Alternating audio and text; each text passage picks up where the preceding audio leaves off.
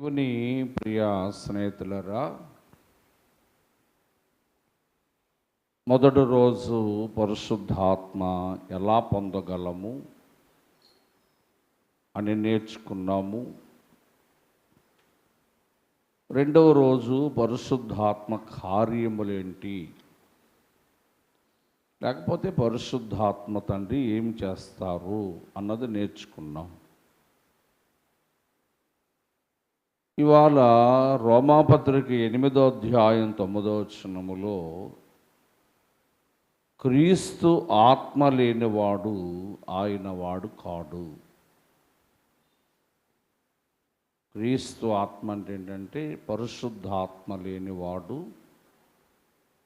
అందరూ చెప్పండి, పరిశుద్ధాత్మ లేనివాడు ఆయన వాడు కాడు. స్నేహితులరా, మనం మందిరానికి వచ్చినా, ప్రార్థన చేసినా, వాక్యం చదివినా, రక్షణ పొందినా, దేవుని వాక్యములు అన్నాడు, నా ఆత్మ లేకపోతే మీరు నా వారు కారు అన్నాడు. మరి పరిశుద్ధాత్మ లేకపోతే మనం దేవుని వారసులం కాదు, పరలోక నివాసులం అంతకంటే కాదు. దేవదాసయ్య గారు అన్నారు, గానాం పరిశుద్ధాత్మయే నన్ను, గానాం పరిశుద్ధాత్మయే నన్ను కడకో సిద్ధము,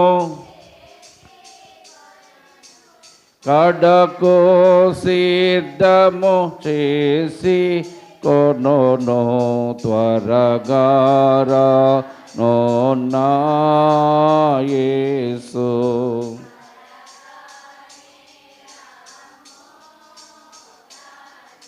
స్నేహితులరా,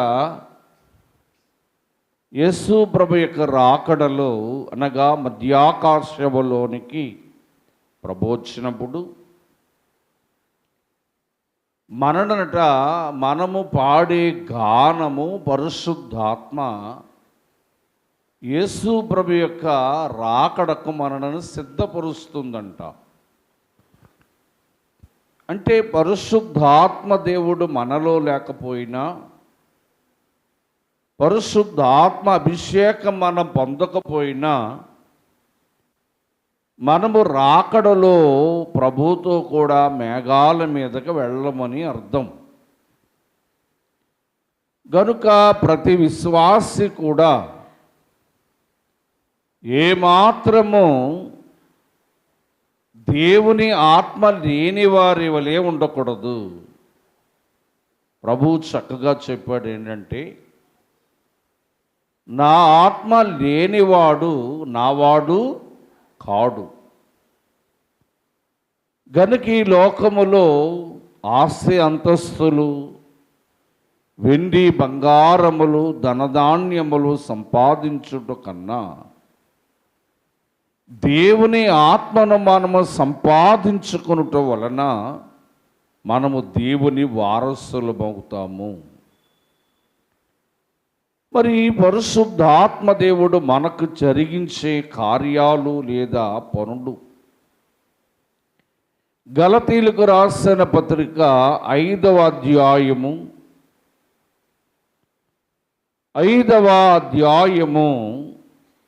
25వ వచనాన్ని మనం చూస్తే,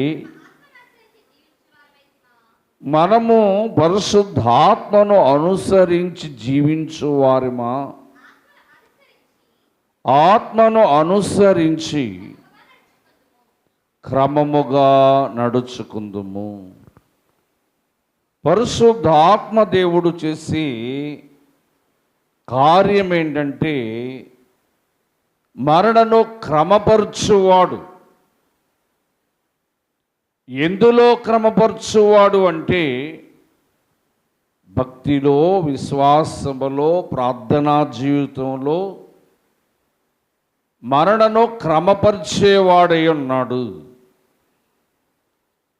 స్నేహితులారా, యేసుక్రీస్తు ప్రభువారు అక్రమము చేయవారులారా నా యొద్ద నుంచి తొలగిపోండి అన్నాడు. ఈ మాట మత్తయి సువార్తలో 25వ అధ్యాయములో ప్రభు అన్నాడు, అక్రమము చేయవారులారా నా యొద్ద నుంచి తొలగిపోండి.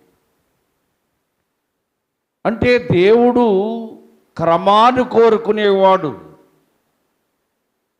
ఆరాధన క్రమముగా ఏకీభవించడము, వాక్యము క్రమముగా చదవడము, ప్రార్థన క్రమమైన పద్ధతిలో మనము జరిగించడము అనేది క్రమమైన పద్ధతిని నేర్పించువాడు పరిశుద్ధాత్మ దేవుడు. కొందరిలో క్రమం ఉండదు. ఆరాధన 8 గంటల కంటే 10 గంటలకు కూర్చుంటూ ఉంటారు.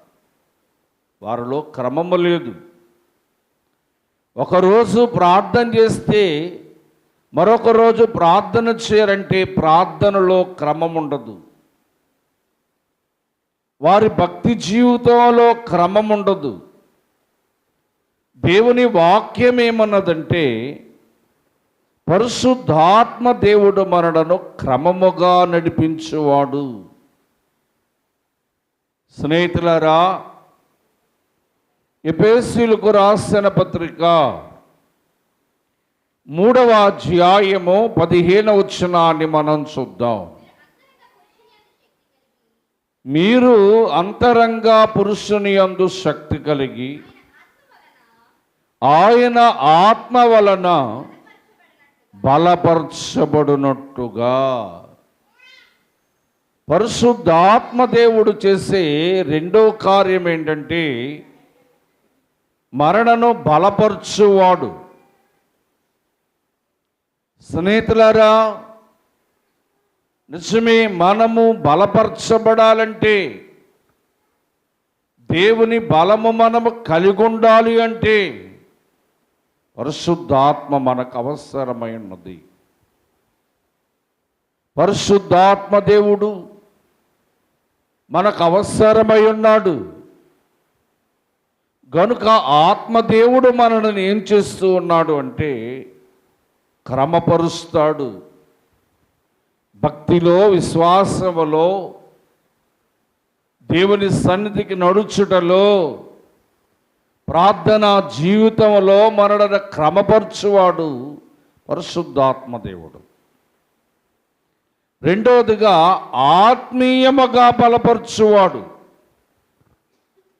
స్నేహితులారా, భక్తిలో చాలా బలహీనంగా ఉంటాం.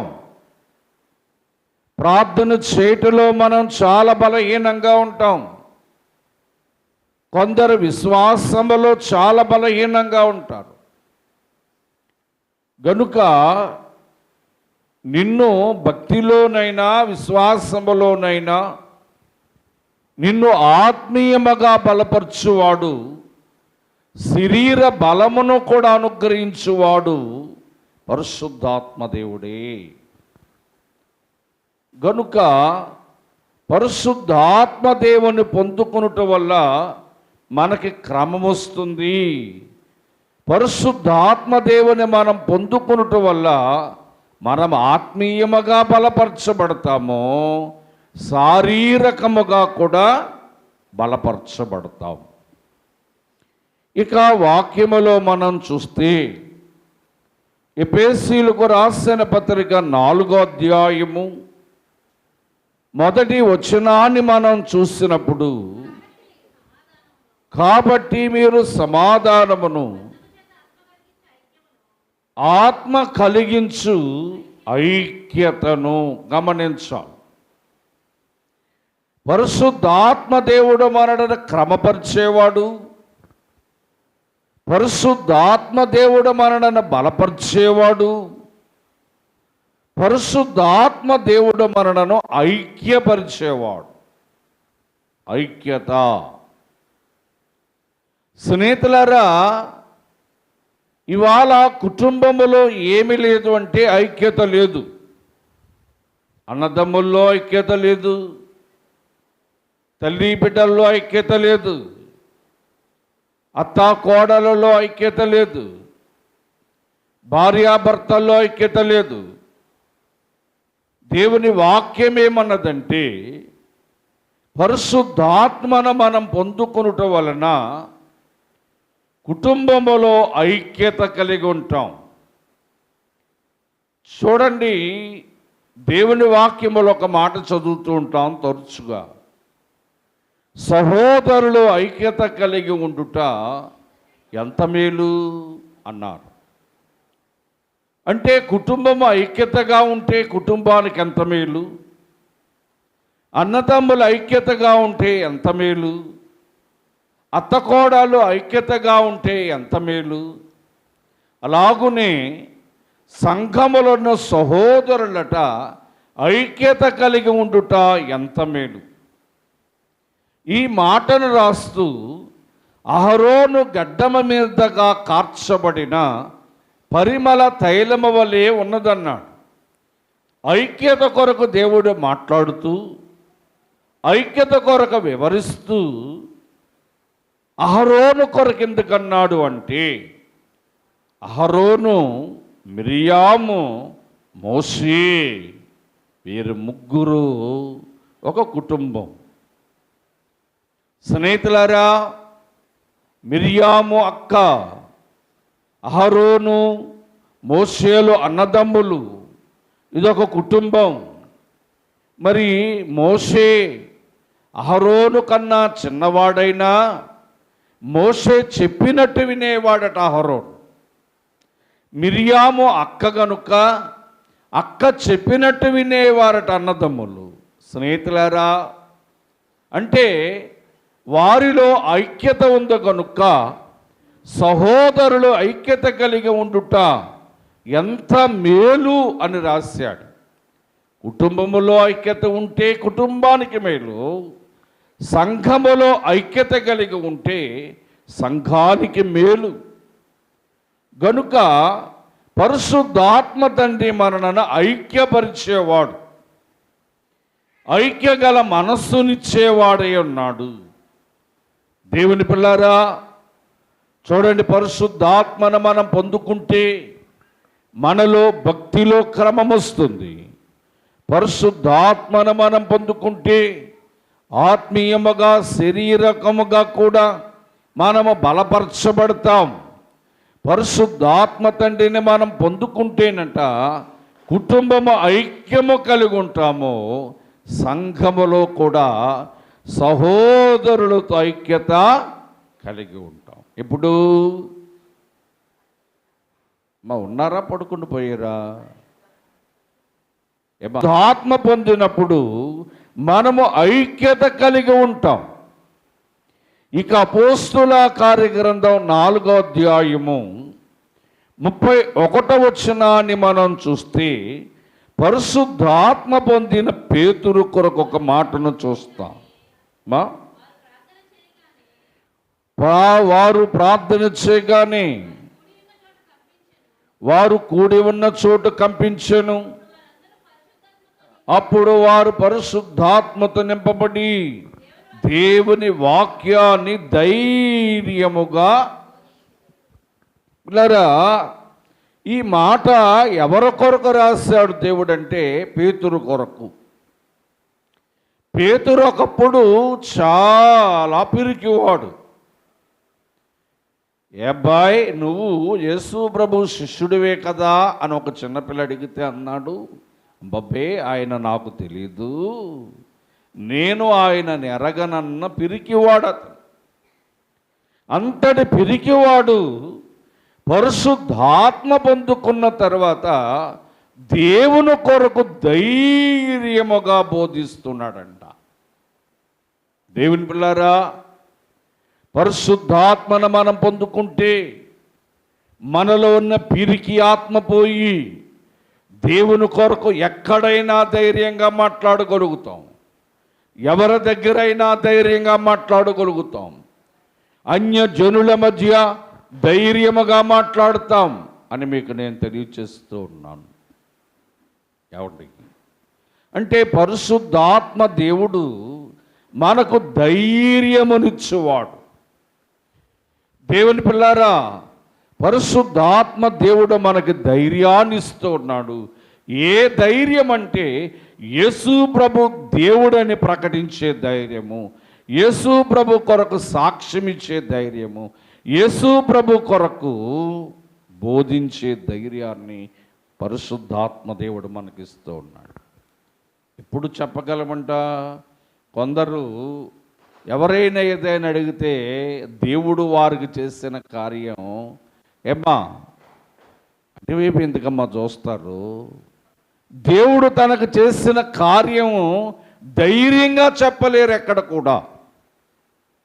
ప్రతివారు పిరికి ఆత్మ కలిగి ఉంటారు. ఇక్కడ పేతురు మొదట పిరికి ఆత్మ కలిగిన వాడైతే పరిశుద్ధాత్మ పొందగానే యేసు ప్రభుయే దేవుడని, ఆయన ద్వారానే రక్షణ ఉందని, ఆయన ద్వారానే మోక్షం కలుగుతుందని ధైర్యముగా ప్రకటన చేస్తున్నాడు. పరిశుద్ధాత్మను మనం పొందటం వలన ధైర్యముగా బోధించగలం, ధైర్యముగా ప్రభు కొరకు చెప్పగలమని దేవుని వాక్యములో మీకు నేను తెలియచేస్తూ ఉన్నాను. దేవుని పిల్లారా, వాక్యములో మనం చూస్తే గలతీయులకు రాసిన పత్రిక 5వ అధ్యాయము, గలతీయులకు రాసిన పత్రిక 5వ అధ్యాయము 22వ వచనాన్ని మనం చూద్దాం. అయితే ఆత్మ పొందుకున్న తర్వాత ప్రతిఫలములేమనగా ప్రేమ కలిగి ఉంటాము, సంతోషము కలిగి ఉంటాము, సమాధానం కలిగి ఉంటాము, దీర్ఘశాంతము కలిగి ఉంటాము, దయాళత్వం కలిగి ఉంటాము, మంచితనం కలిగి ఉంటాము, విశ్వాసము కలిగి ఉంటాము, సాత్వికం కలిగి ఉంటాము, ఆశానిగ్రహం కలిగి ఉంటాం. ఇవన్నీ ఎప్పుడు వస్తాయి? ఏమా చెప్పండి. ఎన్ని మాటలు ప్రభువు చెప్పాడు అంటే, వాక్యాన్ని చూస్తే పరిశుద్ధాత్మ మనం పొందుకొనడం ద్వారా మనలో ప్రేమ కలుగుతుందంట. ఇతరులపైన ప్రేమను కలిగి ఉంటామంట. దేవుని ప్రేమను కలిగి ఉంటామంట. సహోదరులారా, పరిశుద్ధాత్మ పొందుట వలన ప్రేమను పొందుకుంటాము. పరిశుద్ధాత్మ పొందుకోవడం ద్వారా సంతోషంగా ఉంటాం. దేవుడు కొందరికి ఎన్నిచ్చినా ఎంత ఇచ్చినా వారిలో సంతోషం ఉండదు. దేవుని పిల్లారా, కానీ పరిశుద్ధాత్మ పొందుకున్న వానికి ఏమీ లేకున్నా, ఏమీ కలిగి లేకున్నా అతడు సంతోషంగా ఉంటాడు. పరిశుద్ధాత్మ పొందుకుంటే సమాధానాన్ని పొందుకుంటామంట. దేవుని పిల్లారా, నీ మనస్సులో సమాధానము, నీ కుటుంబంలో సమాధానాన్ని ఇచ్చేవాడి పరిశుద్ధాత్మ దేవుడు. పరిశుద్ధాత్మను పొందుకుంటే దీర్ఘశాంతం. ఎవరేమన్నా మాట్లాడము, ఎవరిని తిట్టినా మాట్లాడము, ఎవరిని సొనిగినా మనం మాట్లాడము, దానిని దీర్ఘశాంతం అంటాం. యేసుక్రీస్తు ప్రభువారు దీర్ఘశాంతము కలిగి ఉన్నాడు పిలాతు కోర్టులో. అలాగున పరిశుద్ధాత్మ పొందుకొనుట వలన దీర్ఘశాంతము, దయాళత్వము, ఇతరులపైన దయ చూపించే మనసు కలిగి ఉంటామంట. ఇతరుల పట్ల జాలి చూపించే మనసు కలిగి ఉంటామంట. ఇక మంచితనం.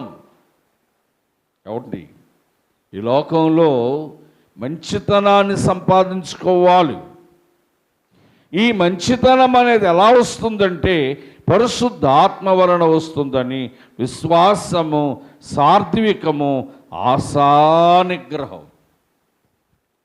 స్నేహితులారా, ప్రతి మనుషుడు ఏదో ఒక ఆశ కలిగి ఉంటాడు, కానీ ఆశను నిగ్రహము చేసేవాడే పరిశుద్ధాత్మ దేవుడని తెలియచేస్తున్నాడు.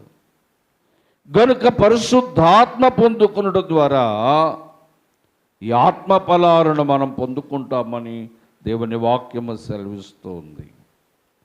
ఇక అపోస్తుల కార్య గ్రంథం 1వ అధ్యాయం 8వ వచనాన్ని మనం చూద్దాం. మొదటి అధ్యాయము 8వ వచనం. అయినను పరిశుద్ధాత్మ మీరు పొందుకున్నప్పుడు మీరేం పొందుకుంటారు? శక్తి. నీ శక్తి నాకు కావాలి యేసయ్యా. దేవుని స్తోత్రం. పరిశుద్ధాత్మ మీ మీదకి వచ్చినప్పుడు మీరు ఏం పొందుతారు? నీ శక్తి నాకు కావాలి యేసయ్యా, నీ శక్తి నాకు కావాలి, నీ శక్తి నాకు కావాలి యేసయ్యా, నీ శక్తి. కుమ్మరించు బలము, ఆత్మాని బలము, అభిషేక బలము, అద్భుత బలము. కుమ్మరించు బలము, ఆత్మాని బలము, అభిషేక బలము, అద్భుత బలము. నీ శక్తి నాకు కావాలి యేసయ్యా. నేడే ఇప్పుడే ఈ సమయమంది నీ శక్తి నాకు కావాలి.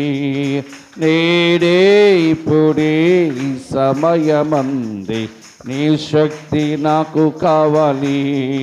కుమ్మరించు బలము, ఆత్మాని బలము, అభిషేక బలము, అద్భుత బలము. కుమ్మరించు బలము.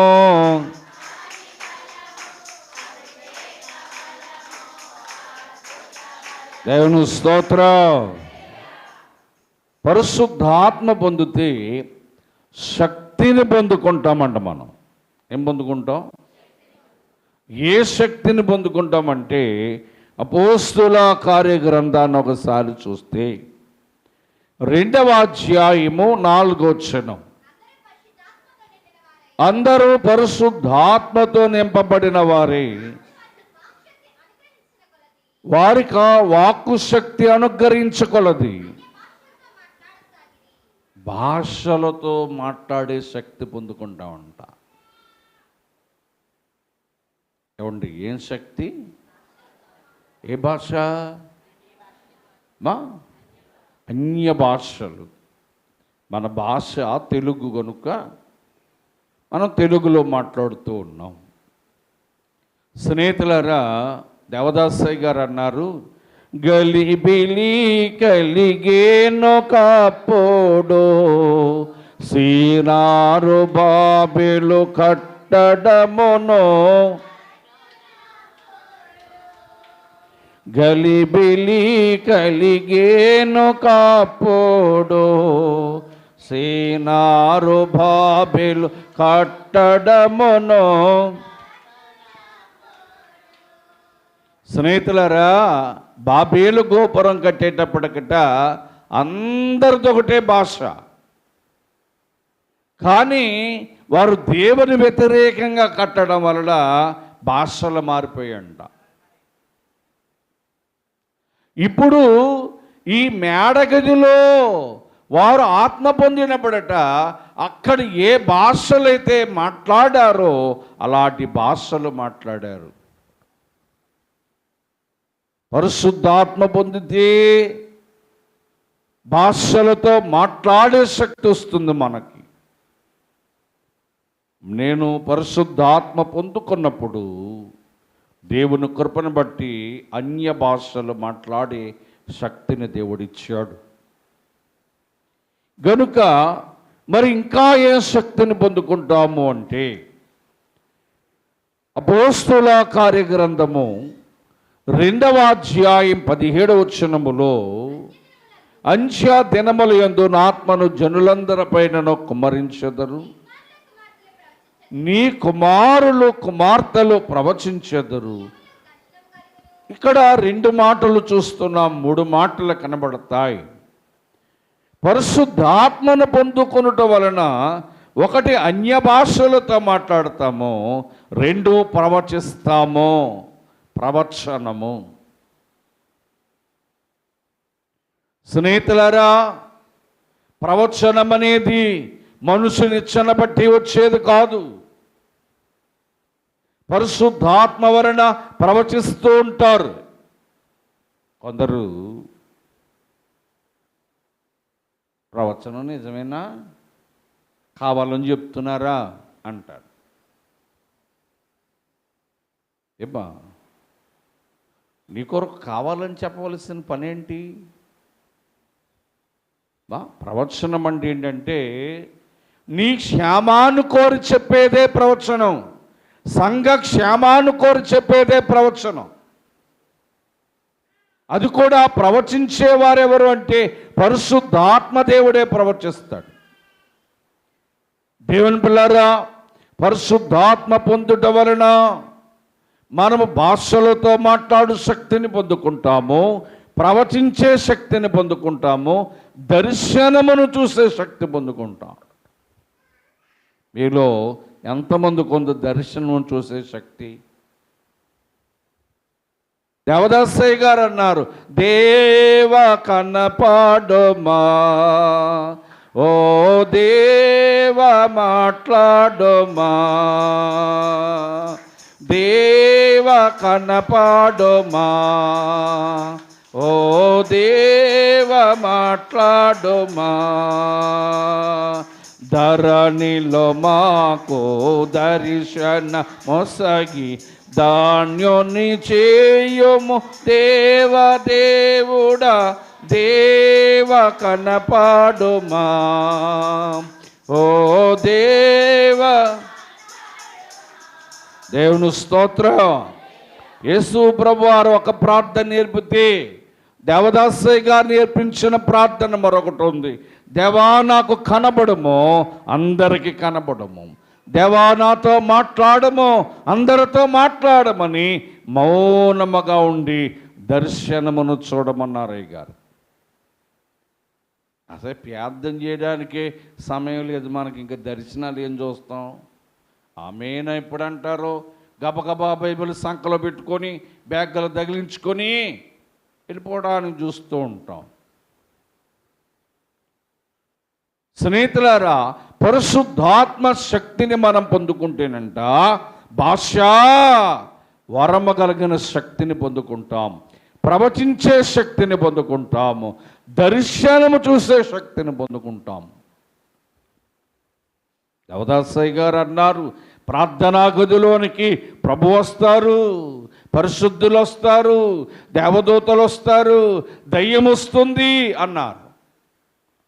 దేవుని చూసే దర్శనపు కళ్ళు, దేవదూతలు చూసే దర్శనపు కళ్ళు, పరిశుద్ధుని చూసే దర్శనపు కళ్ళు దయ్యాన్ని కూడా చూడగలుగుతాయి దర్శనములో. ఏమ్మా, కనుక ఒకటి భాషలతో మాట్లాడే శక్తి, రెండు ప్రవచించే శక్తి, మూడు దర్శనములు చూసే శక్తిని మనం పొందుకుంటాం. ఇక వాక్యములో మనం చూస్తే 1 కొరింథీయులకు రాసిన పత్రిక 12వ అధ్యాయము 9, 10 వచనాలు చూద్దాం. మరి ఒకనికి పరిశుద్ధాత్మ వలననే విశ్వాసమును, గమనించాలి, పరిశుద్ధాత్మ దేవుని వలన విశ్వాసములో స్థిరపడతామో, పరిశుద్ధాత్మ దేవుని వలన స్వస్థపరిచే శక్తిని పొందుకుంటాం. ఏమండి, ఉందా లేదా? ఏమంటున్నాడు ఆయన? స్వస్థపరిచే శక్తి. స్నేహితులారా, ఎవరో నిన్ను స్వస్థపరచక్కర్లా.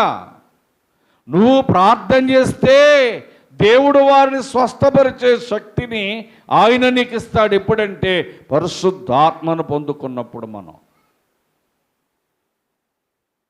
దేవుని పిల్లరా, పరిశుద్ధాత్మ దేవుని వలన మనం శక్తి పొందుకుంటున్నాం. భాషలతో మాట్లాడే శక్తిని, ప్రవచించే శక్తిని, దర్శనము చూసే శక్తిని, విశ్వాసములో స్థిరపడే శక్తిని, రోగులను స్వస్థపరిచే శక్తిని, అద్భుతములు చేసే శక్తిని. మరో మాట చెప్పి నా వాక్యాన్ని ముగించేస్తాను. ఇంకా అదే వాక్యములు అన్నాడు, ప్రవచనము వివేచన వరము అన్నాడు. వివేచన అంటే ఏంటి తెలుసా? నీతో ఎదరవారు మాట్లాడుతున్నప్పుడు వారి మనస్సులో ఏమనుకుంటున్నారో కూడా నీకు తెలిసిపోద్ది అన్నమాట. అదే వివేచన. దాన్నే వివేచన అంటారు. స్నేహితులారా, వారు నీ కొరకు ప్రేమగా మాట్లాడుతున్నారా, ద్వేషము పెట్టి మాట్లాడుతున్నారా అన్నది ఎలా తెలుసుకోగలమంటే వివేచన గల శక్తి చేతనే దాన్ని మనం కొనగలుగుతాం. దేవుని వాక్యాన్ని మనం చూస్తే చివరి మాట మత్తయి సువార్త 12వ అధ్యాయము 28వ వచనాన్ని చదువుకుని వాక్యాన్ని ముగించేసి, దేవుని ఆత్మ వలన ఎవరన్నారు ఈ మాట?